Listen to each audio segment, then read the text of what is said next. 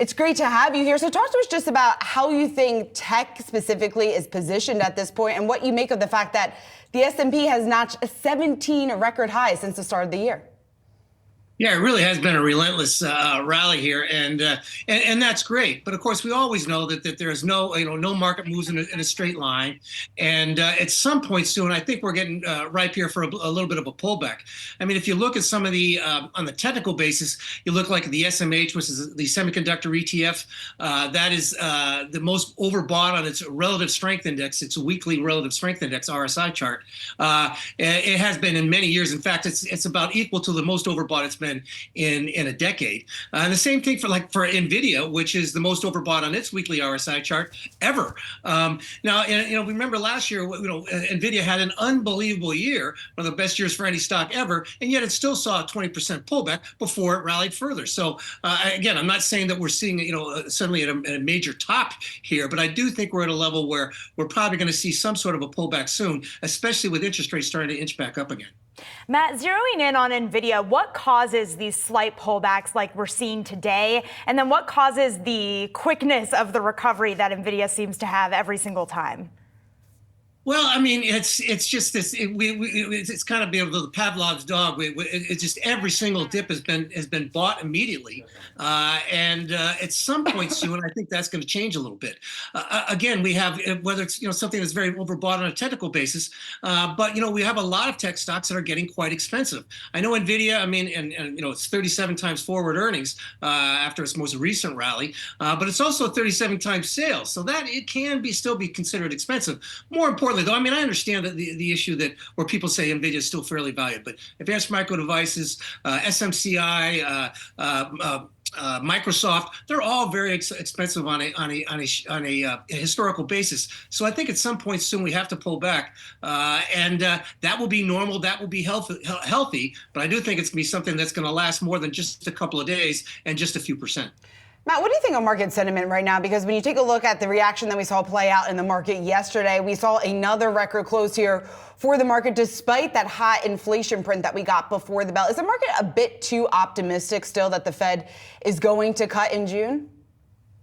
I think so, yes. And again, it's when you talk about sentiment, we have some sentiment readings. The AAII report, which tells us about individual bullishness amongst individual traders. But also, just look at the way everybody's saying that. Yeah, but I mean, that's the argument that you keep hearing. The market seems somewhat expensive. Yeah, but it's not as big as a bubble as it was back in 2000. That to me is very concerning. I remember that same argument being made back in the beginning of 2022.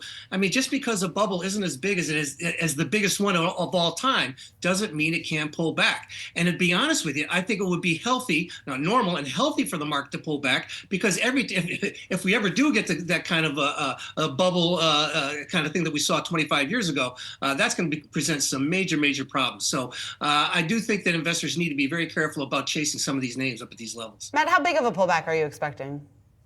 I think we're going to see a full correction. I think we'll see it go pull back about 10%, much like we did last year. Remember when we saw that? It's the same type of thing. Interest rates last summer were moving higher. No, the market completely ignored it until it didn't. And then finally by August, they started paying attention, and sure enough, the market saw a 10% correction, even though it obviously has gone a lot higher since then. I think we're seeing the same thing now. The market's ignoring those higher interest rates recently, but I think that once it now that they're starting to tick back up again after yesterday's inflation report, they're going to have to pay attention to it more. And the other thing I would just say is that once we finally see a dip of more than just a couple of days, we see more than 2 to 3%. People know that there's some froth in the marketplace. They'll start to take some chips off the table. So I think 2 to 3%. If it suddenly becomes a 5% correction, it will quickly become a 10% correction, just because of the unwinding of some of this froth. So then, Matt, what is the event that causes that correction to come?